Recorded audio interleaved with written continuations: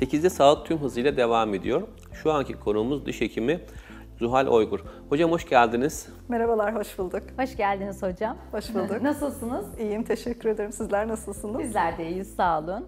Bugün çok güzel konularımız var yine. Evet. Hem de yine aynı şekilde teknolojiyle ilgili ağız içi tarayıcılar konumuz aslında. Ağız içi tarayıcılar hakkında biraz bize bilgi verebilir misiniz Zuhal Hocam? Ağız içi tarayıcılar artık yeni yeni hayatımıza girdi. Eski aldığımız böyle ölçülerin yerine hastanın ağzından ölçü alabilmek için kullandığımız cihazlar. Biz bu ölçüleri alıyoruz, direkt bilgisayara aktarabiliyoruz 3 boyutlu bir şekilde. Çok geliştirilmiş cihazlar ve çok detaylı, birebir ayrıntılı ağzın alt üst çene bütün ölçüsünü sisteme aktarabiliyoruz, bilgisayara aktarabiliyoruz. Aynı zamanda hastanın kapanışını, alt üst çenenin birbiriyle ilişkisini de sisteme aktarabiliyoruz. Böyle yeni bir güzel şeyimiz yani var. hocam eskiden hani macun gibi bir şey sıkarlardı, Evet. dişimizi sıktırırlardı. Evet. O değil. Evet. Ağzımızı makine gibi bir ya da bilgisayar ortamında mı tarıyorsunuz? Evet, bir cihazla küçük bir kamera gibi düşünün. Kalemden daha büyük tabii ki. Bir cihazla ağız içerisindeki bütün bölgeleri dolaşarak tarıyoruz. Bütün her yerin resimleri çekiliyor ve bunun 3 boyutlu bir şekilde sisteme aktarabiliyoruz. Dişin işte herhangi bir şekilde çürüğü varsa, yamuğu varsa, Her dişinin şey, kemiğine tartarlar, kadar. diş taşı, Hepsi. çürükler, lekeler, her şey. Süper, o zaman komplike bir tedavi de yapılabiliyor. Tabii bu aktardığımız görüntüler bize çalışma, yani o bölgede ağız içerisinde, yani dışarıda değil de laboratuvar üzerinde tasarım yapma, plan yapma ve dizayn yapma olanağı sağlıyor ve gülüş tasarımı yapabiliyoruz. Onun dışında yapacağımız final restorasyonları planlayabiliyoruz ve başka neler yapabiliriz diye üzerinde de düşünmemizi sağlayan bir sistem. O zaman şunu diyebilir miyiz? Panoramik röntgen ya da 3 boyutlu tomografilerle daha böyle implant ya da cerrahi gerektirecek işlemleri taramasını sağlanabiliyor. Ağız içi tarayıcılarda da üstteki kronların ya da üstteki kaplamaların nasıl olacağı, bitişin nasıl olacağı, diş aralıklarının nasıl düzenleneceği tasarlanabiliyor diyebilir miyiz net Evet. olarak? Hatta tomografi kemiği birebir bize 3 boyutlu bilgilerini veriyor.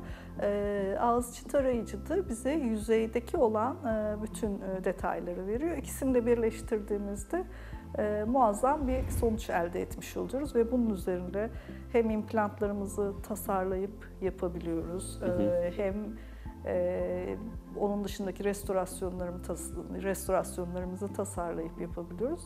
Çok güzel avantajlar sağlıyor. Belki de hem de hasta geldiğinde Fatih Hocam öncesinin sonrasını görüldükten sonraki o anki hem anlayışı hem de tam odak noktada tamam. Ben bunu istiyorumdu zaten. Daha kolay olmamış mıdır hocam? Kesinlikle daha kolay. Daha hastayla bu konuyu daha iyi tartışıp bir sonuca varabiliyoruz. Analizi de çok kolay olacak. Analiz edebiliyoruz. Bir de hasta bazen tarayıcıyla ölçü alınırken hasta bakıyor, görüyor orada dişinde ne var ne yok. Bütün detaylara hakim oluyor açıkçası. Bu da hasta açısından daha geniş bir bilgi anlamına geliyor. Gayet... Tabii belki tek tarafı ağrırken, tek taraflı bir şikayetle gelirken size aslında ondan ziyade diğer tarafların daha kötü olduğu bile ortaya çıkabiliyor. Tabii. Yani daha bütüncül düşünmemizi sağlıyor. Hatta hastanın bunu görmesini de sağlıyor. Evet, orada çok kolaylık sağlanmış Kesinlikle, aslında. çok kolay. Peki şimdi simülasyon diyoruz. Düşünün ki bir hasta olarak bir kişi geldi. Hastanın simülasyonunu düşünelim şimdi. Yani hasta geldi. Ne kadar süre içerisinde bu işlemlerle karşılaşıyor? Ne kadar zaman içerisinde uygulama gerçekleşiyor? 3 boyuta ne kadar süre içerisinde aktarılıyor? Sonrasında tedavi planlaması nasıl oluyor? Yani bir hastanın geliş ve gidişini simüle eder misiniz bize kısacası? Tamam. Şimdi eğer komplike estetik bir restorasyon yapacaksak, ön bölgelerde çalışacaksak önce ilk randevumuzda hastadan bütün verilerimizi alıyoruz. Tarayıcımızda her şeyi planlıyoruz. Ne kadar sürüyor bu tarama işlemi? 5 dakika. O kadar kısa bir süreçte. Çok hızlı. Öğlen yemeklerinde bile gelip aslında bir sıkıntısı olup olmadığının protokolünü yapabilirsiniz. Evet. Sonra biz bu bilgilerle hastadan aldığımız hastanın istekleri doğrultusunda bir çalışma yapıyoruz. Estetik olarak nasıl bir beklentisi var, nasıl bir şey istiyor ve hastanın yüzüne, ifadesine nasıl yakışacak. Böyle bir çalışma hazırlıyoruz. Yani bir mock-up dediğimiz bir ürün hazırlıyoruz. Yani hastaya işlem başlamadan önce nasıl bir sonuçla karşılaşacağını belirten bir şey. Bir sonra ikinci seansta bunu hastaya, yani tasarımını, her şeyi yaptıktan sonra biz bunu hastaya sunuyoruz. Hastanın onayını aldıktan sonra beklentisinin bu olacağını ve bunu birebir karşılayacağımızı belirttikten sonra çalışmaya başlıyoruz ve final restorasyonumuz hazırlanıyor. Şimdi bu arada ekstra bir seans yaratmış gibi bir şey oldu. Fakat bunu yaptığımız zaman hastaya herhangi bir sürpriz yaşatmıyoruz ve özellikle estetik dişlerde bu daha gerekli bir gerekli bir durum oluyor bizim için. Ama onun dışında tek bir tane diş yaptıracak, işte bir kronumuz yapılacak. Hastadan dijital ölçümüzü alıyoruz.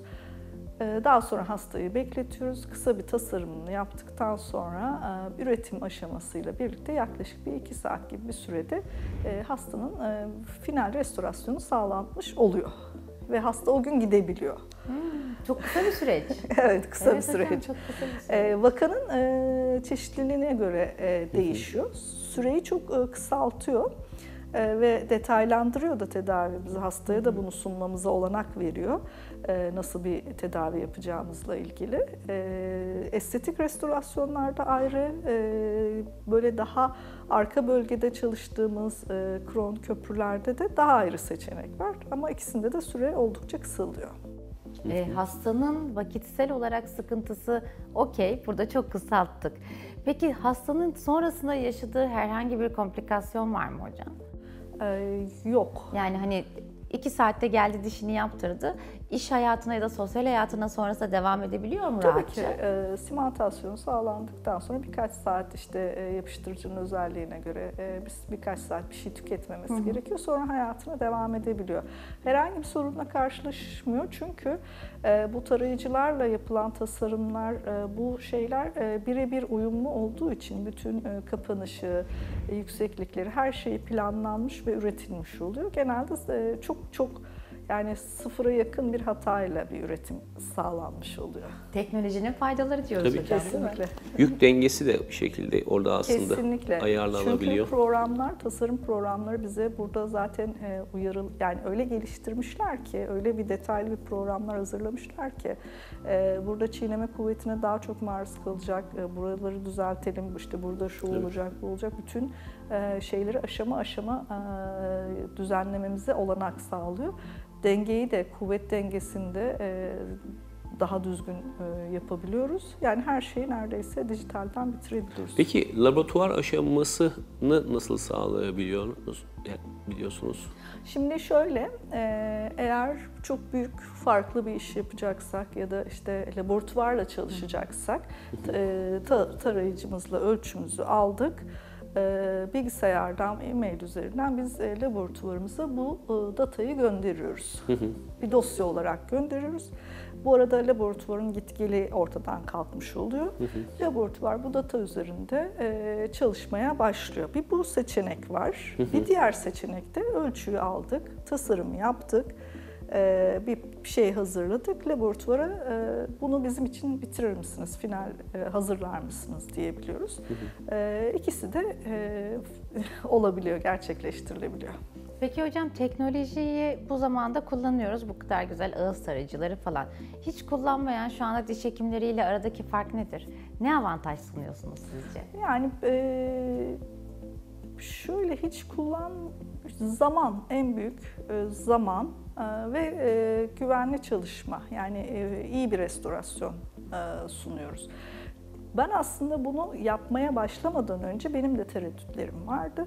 Çok ya işte bize bunu getiriyorlar ama biz bunu nasıl adapte olacağız, nasıl yapar mıyız, yapamaz mıyız diye tereddütlerim vardı. Ama kendim bu işin hem ölçüsünü, hem tasarımını, hem final restorasyonu tamamlamaya başladıktan sonra muazzam bir sonuçla karşı. Sizler de şaşırdınız. Tabii şaşırdım ve mutlu oldum yani. Çünkü bazen laboratuvar kaynaklı ya da bazen istenmeyen nedenlerden dolayı aksaklıklar yaşayabiliyoruz. Yani bizden kaynaklı da olabiliyor. Şimdi çalışan laboratuvar arkadaşlara şey yapmak istemiyorum. O aksaklıkların da önüne geçiyor. Ama gerçekten biraz çalışmak gerekiyor. Bu çünkü yeni bir sistem. Biraz kafa yormak gerekiyor, biraz öğrenmek gerekiyor.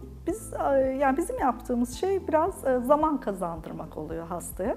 Bir de finalde arzu ettiği restorasyona ulaşabilmesi oluyor. Gördüğünü aynısını. Evet, sürprizsiz. Doğru söylüyorsunuz hocam. Benim adıma da geri dönüşü, yani sonradan herhangi bir sıkıntı yaşamayacağım restorasyonlar yapmış olmak oluyor. Çünkü bunlar da bir süre sonra hem hasta için hem bizim için zaman kayıpları oluyor. Bunların da önüne geçmiş oluyoruz. Tabii.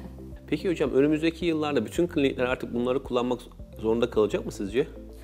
Gereksinimden dolayı kullanacaklardır diye düşünüyorum. Çünkü Ne kadar oldu başlayalı, yani yaklaşık olarak 3-4 yıllık mı? 5-6 daha yıllık? eski ama eskiden bu kadar geliştirilmemişti. İlk bir çıktı ama son 5-6 yıldır daha aktif yaygınlaştı. Çünkü bu hem yani ürün piyasaya çıkıyor fakat aynı zamanda yenileyip düzenlenmesi de gerekiyor. Yazılımı da Güncellemeleri gerekiyor. Şu anki haliyle klinikler biraz daha buna doğru dönmeye başladı. Çünkü yurt dışı hastalarımız var, yabancı hastalar var.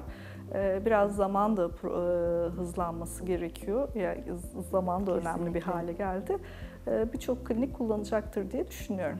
Hocam, vermiş olduğunuz bilgiler için çok teşekkür ederiz. Ben teşekkür ederim. Evet efendim, diş hekimi Zuhal Oygur bizlerleydi. Programımız kaldığı yerden tüm hızıyla devam ediyor.